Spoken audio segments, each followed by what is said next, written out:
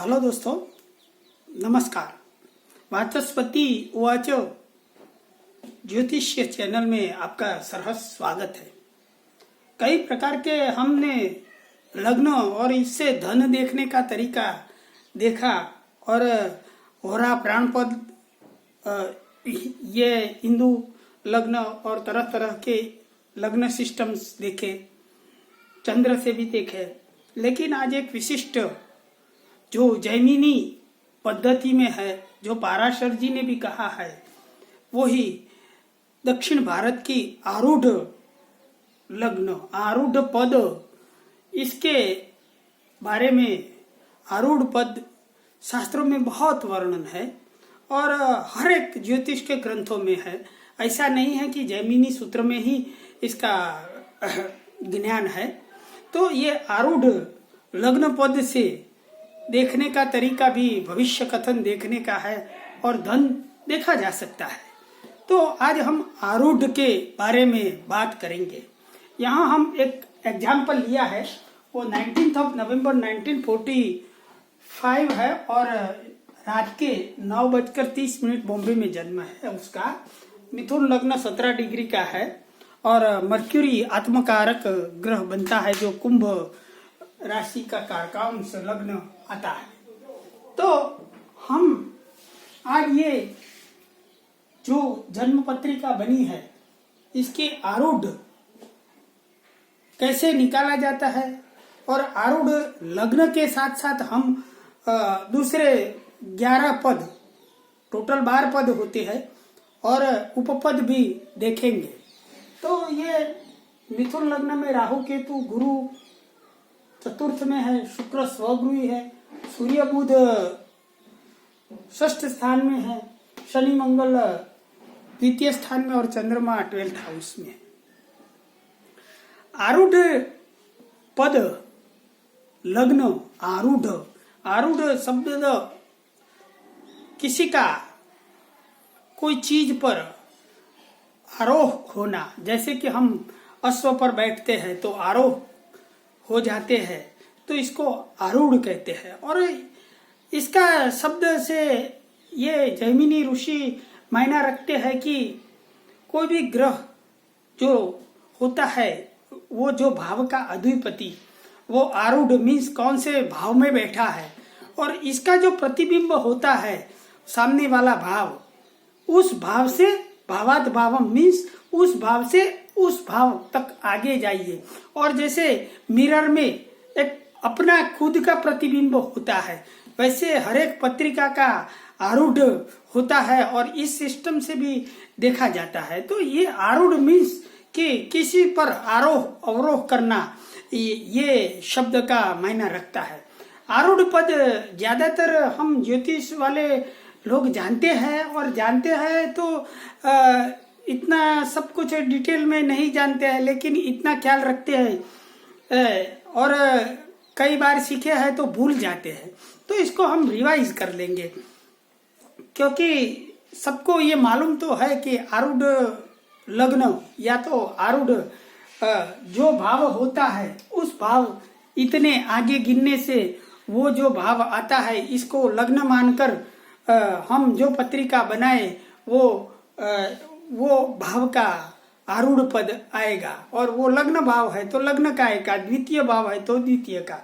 तो इस तरह हम जो 12 भाव बने हैं, इसको पहले भाव को इसको सांकेतिक में ये आरूढ़ और ये एल मीन्स के लग्न मानेंगे। बाद में द्वितीय भाव का जो पद है, इसको A2 मानेंगे। बाद में तीसरा पद है तो A3 मानेंगे।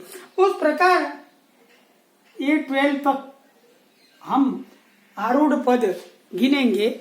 वैसे A12 मीन्स की उपपद, जो हम ज्योतिष में सप्तम भाव को अपना भार्या भाव या पत्नी पार्टनरशिप का मानते हैं, लेकिन जैमिनी ऋषि ने उपपद जो लग्न पद होता है, इसका नजदीक का भाव है, जीवन साथी का भाव, इसीलिए 12वें भाव को उपपद माना है।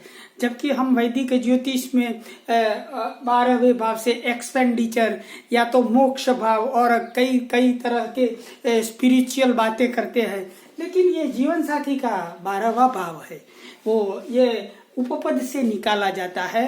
तो इसका मायना यही ऋषि का कहना है कि ये लग्न मीन्स लग्न से सबसे नजदीक का भाव 12वां भाव है, इसीलिए इसको 12वां भाव उपपद कहा है। और उपपद से भी मैरिज के बारे में और इसके जीवन साथी के बारे में सब कुछ दक्षिण भारतीय जो जैमिनी पद्धति है इसमें से देखा जा सकता है।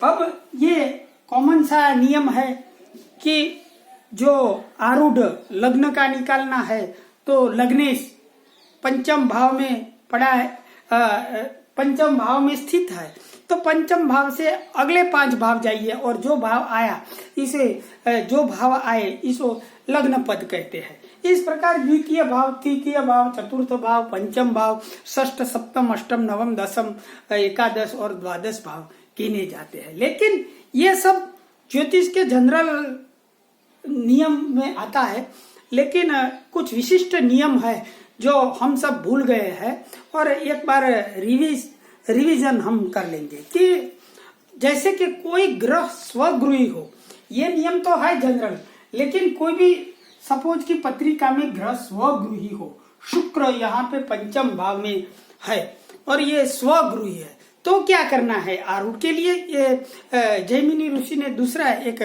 स्पेशल नियम दिया है कि स्वगृही ग्रह हो तो उस भाव से दशम भाव को पद मानना चाहिए। सपोज कि ये पंचम पद देखना है तो ये शुक्र स्वगृही है यहाँ पे, तो यहाँ से दशम भाव मीन्स 7, 8, 9 और 10 कर्क राशि का जो भाव आएगा उसको पंचम भाव का आरूढ़ पद माना जाएगा। इसलिए मैंने यहाँ A5 लिखा है। तो ये एक स्वगृही ग्रह के लिए ये नियम पत्रिका में आरूढ़ लग्नों में एक देखना पड़ता है। बाद में जिस भाव का अधिपति सप्तम भाव में हो, उस भाव से सप्तम भाव में हो तो इतने भाव गिने जाएंगे तो वही भाव आ जाएगा। तो इसीलिए सपोज कि एग्जाम्पल ये दशम भाव है और इसका अधिपति गुरु चतुर्थ भाव में, सामने वाले सप्तम भाव में है या, तो ये सप्तम भाव आया, यहां से सप्तम भाव गए तो यहां ही आए गया। तो इसे आरूढ़ लग्नों के बारे में सप्तम भाव नहीं गिना जाता है, ओरिजिनल जो भाव है वही से चतुर्थ भाव लिया जाता है। तो हमारा ओरिजिनल भाव दशम भाव था, इसका अधिपति गुरु सप्तम स्थान में था, तो ये दशम पद कहाँ आएगा? वहीं से चतुर्थ भाव, ओरिजिनल भाव से चतुर्थ भाव 1, 2, 3, 4, इसलिए यहाँ A10 लिखा है। तो दशम पद आरूढ़ यहाँ इस तरह आएगा। तो दूसरा नियम रूल्स बना, पहले स्वगृही का तो दशम पद लेना, बाद में दूसरा नियम सप्तम में है अगर सामने वाले भाव में तो चतुर्थ भाव लेना, और किसी का भी अधिपति चतुर्थ में है, सपोज कि यहाँ सूर्य है तृतीय A3 आरूढ़ तृतीय आरूढ़ का, तो ये सूर्य यहाँ है चतुर्थ भाव में 1, 2, 3 और 4 चतुर्थ भाव में है, तो खुद ही चतुर्थ भाव उस भाव का आरूढ़ बन जाता है। मीन्स A3 तीसरा पद निकालना है आरूढ़ का, तो तीसरे पद के लिए सूर्य यहाँ चतुर्थ भाव में गिना जाएगा। तो ये A3 ये तृतीय पद है, इसलिए मैंने यहाँ A3 लिया। तो इस तरह सब भावों का पद निकाला जा सकता है और हम 12 भावों का पद निकालेंगे, आरूढ़ लग्न निकालेंगे और कैसे निकाला जाता है वो सीख के इसका धन संबंधी चर्चा कैसे होती है या तो भविष्य कथन देखा जाता है वो आज हम देखेंगे।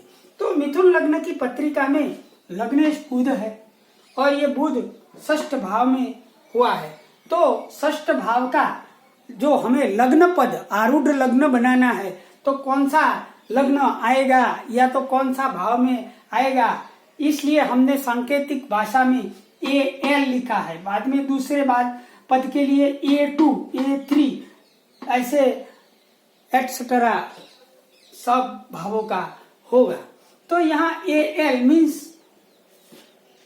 आरूढ़ लग्न पद, तो यहाँ बुध है वो षष्ठ भाव में है, वहीं से षष्ठ भाव मीन्स 1 2 3 4 5 6 AL मीन्स यहाँ मेष आरूढ़ लग्न पद आएगा और इंडिविजुअली आप उस भाव की पत्रिका वही के वही सेम ग्रह रख के आप लग्न पद, आरूढ़ पद, दक्षिण भारतीय ज्योतिषीय जो जैमिनी पद्धति है वो निकाल के हम ग्रह का भविष्य कथन कर सकते हैं। और हजारों नियम BPHS हो या कोई भी ग्रंथों में आरूढ़ लग्नों और सब भावों के बारे में लिखा है, आप पढ़ सकते हैं। लेकिन किसी को ज्यादातर आरूढ़ लग्नों के बारे में सही ज्ञान कैसे निकालना नहीं आता है, इसलिए आज उजागर किया। समवेयर दे कंफ्यूजन बराबर, इसलिए ये आज हमने टॉपिक लिया है।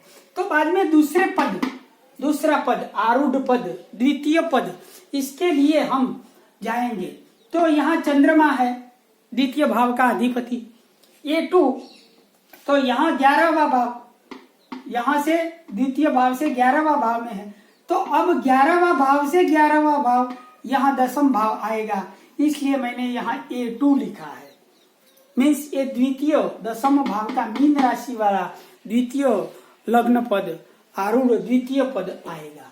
ये 3 के बारे में हमने पहले भी बताया कि सूर्य चतुर्थ स्थान में है और चतुर्थ स्थान में होने से ग्रहों के नियम जैमिनी सिस्टम से चतुर्थ पद ही खुद बनेगा। जो भाव चतुर्थ भाव में है तो वो भाव का आरूढ़ बनेगा, इसलिए यहाँ तृतीय पद वृश्चिक आएगा और मैंने यहाँ इसीलिए E3 लिखा है।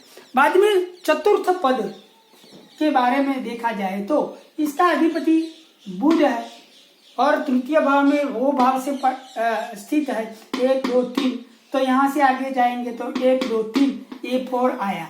यहाँ पर चतुर्थ पद मकर राशि का लग्न मानकर आप ये ग्रह यही के यही रख के आप पत्रिका का भविष्य कथन चतुर्थ आरूढ़ पद के बारे में कर सकते हैं। ऐसे 5वां पद शुक्र, तो शुक्र स्वगृही है, तो यहाँ से दशम भाव मीन्स 7 8 9 और 10, जब ग्रह स्वगृही हो तो दशम भाव लिया जाता है।